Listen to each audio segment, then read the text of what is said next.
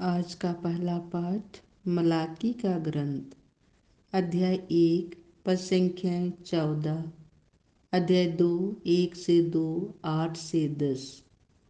विश्वमंडल का प्रभु यह कहता है, मैं महान राजा हूँ। राष्ट्रों में लोग मेरे नाम से डरते हैं। याजकों, मैं तुम्हें चेतावनी देता हूँ। यदि तुम नहीं सुनोगे, यदि तुम मेरे नाम का आदर करने का ध्यान नहीं रखोगे, तो विश्वमंडल का प्रभु यह कहता है, मैं तुम्हें और तुम्हारी धन संपत्ति को अभिशाप दूंगा। तुम लोग भटक गए हो और अपनी शिक्षा द्वारा तुमने बहुत से लोगों को विचलित कर दिया। विश्वमंडल का प्रभु कहता है कि तुम लोगों ने लेवी का विधान भंग किया है। तुमने मेरा मार्ग छोड़ दिया और अपनी शिक्षा में भेदभाव रखा है।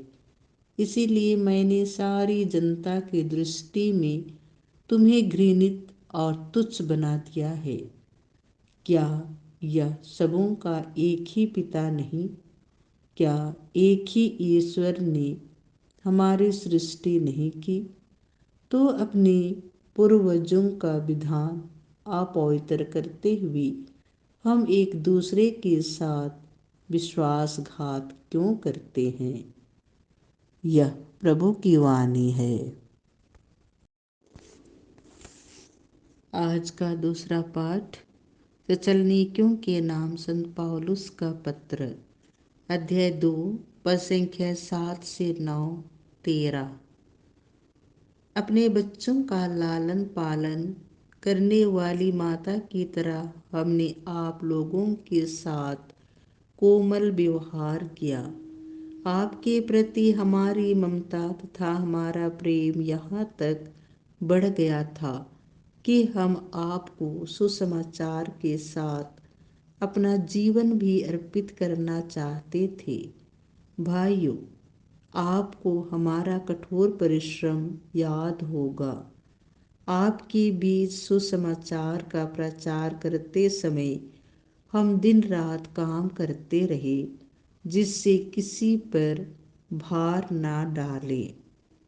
हम इसीलिए निरंतर ईश्वर को धन्यवाद देते हैं कि जब आपने हमसे ईश्वर का संदेश सुना और ग्रहण किया, तो आपने उसे मनुष्यों का वचन नहीं, बल्कि जैसा कि वह वास्तव में है, ईश्वर का वचन समझकर स्वीकार किया। और यह वचन अब आप विश्वासियों में क्रियाशील है। यह प्रभु की वाणी है। संत मत्ती के अनुसार पवित्र सुसमाचार, अध्याय 23, पद संख्या 1 से 12। उस समय ईसा ने जनसमूह तथा अपने शिष्यों से कहा, शास्त्री और फरीसी मूसा की गद्दी पर बैठे हैं, इसलिए वे तुम लोगों से जो कुछ कहे वह करते और मानते रहो, परंतु उनके कर्मों का अनुसरण ना करो, क्योंकि वे कहते तो हैं पर करते नहीं। वे बहुत से भारी बोझ बांधकर लोगों की कंधों पर लाद देते हैं, परंतु स्वयं उंगली से भी उन्हें उठाना नहीं चाहते। वे हर काम लोगों का ध्यान आकर्षित करने के लिए ही करते हैं।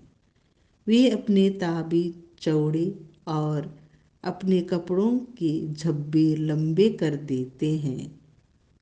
भोजों में प्रमुख स्थानों पर और सभागृहों में प्रथम आसनों पर विराजमान होना, बाजारों में प्रणाम प्रणाम सुनना और जनता द्वारा गुरुवर कहलाना, यह सब उन्हें बहुत पसंद है।